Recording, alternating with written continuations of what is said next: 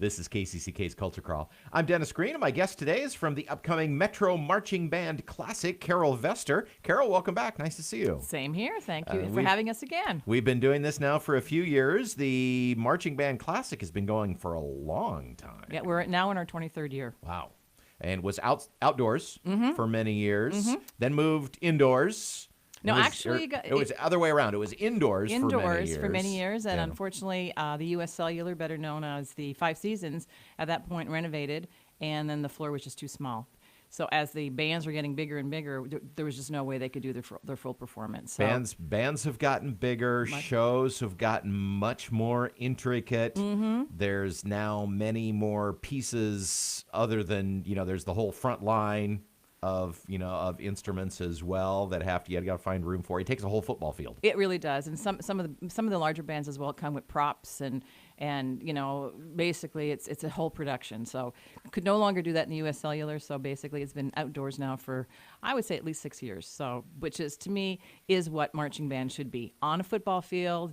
And basically, that's what you're looking at. Right. Under the lights, that's where the band is meant to be seen. Absolutely. So this involves all of the Cedar Rapids area metro bands, and you also have a college band that you always invite one of the universities. Absolutely. And this year we're very, very, very happy to have the University of Northern Iowa Panther Marching Band that will be returning. As I say, we do this on a rotation every 3 years. We rotate amongst the Iowa State Marching Band. So we're very fortunate to have them back, and they're very excited to basically come back and do a few selections from their performances, of their 2019 year. So and many, many alums from the Metro marching bands in the Panther Band. Absolutely. So one of the things that we enjoy is that at the end of the evening, we do call out those students, our graduating students, and basically recognize them. And it's also a great way for some of their colleagues from the area schools that basically they were in either the year before or for many years to actually have a chance to catch up and see how they're doing.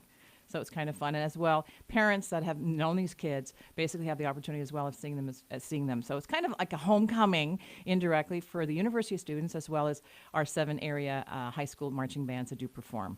So for those who may not be following along, name the 7 schools. They are Jefferson, Kennedy, Linn-Mar, Marion, Prairie, Washington, and Xavier High School. And I know that all of these schools have been doing their marching band competitions, in addition, of course, to, marching on Friday nights for the football games. They've had a couple of big ones, and I know that our area schools have brought home some seriously large trophies from some of these competitions. They have, absolutely. So that the shows that you're going to get are some of the best in the state. They are, and the way we look at it is that a lot of the two smaller schools out of the 7, unfortunately, don't normally have the opportunity of seeing the larger bands perform because they're 2 different classes. So this way, it allows them to have a performance. It's a non-competitive event to sit back, relax, have some fun, and watch each other's program and each other's show, which is great. And the same thing applies even for the schools that compete against each other. Oh yeah, because absolutely. even if they are in the stands and able to watch friends from other schools, they're either nervous about their own performance or coming down after having done their performance or getting ready for their performance. So it is kind of the one chance for the students to get to see each other too. Absolutely. So, and as I said, it's also used as a recruiting tool because we do reach out to our feeder schools, to our elementary and to our middle schools that we do invite.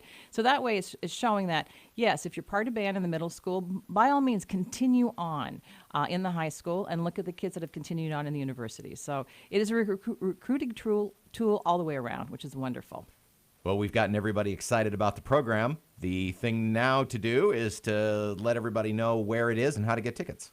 Very simple. The date of the event will be Monday, October the 14th. It will be held at Kingston Stadium. Back at Kingston this year. And it starts at 6:30 in the evening.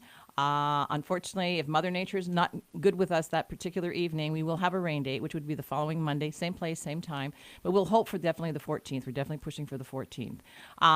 For tickets, basically, you can go online on our website, which is metromarchingbandclassic.ludus.com, or you can get them at the gate.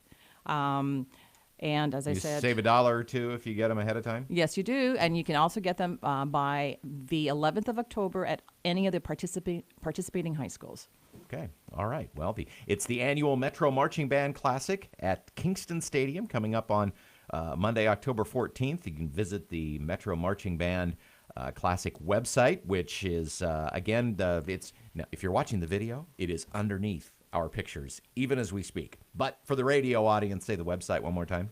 The Metro Marching Band Classic, and you can find us on Facebook and as well on Twitter. Okay. Carol, thanks so much for being here, and we'll cross our fingers for good weather and a great show. Thank you very much. You can hear the Culture Crawl live on the radio most Thursdays and Fridays at 10:20, or listen on your own schedule. Download the podcast using your favorite app or at kcck.org/culture. I'm Dennis Green.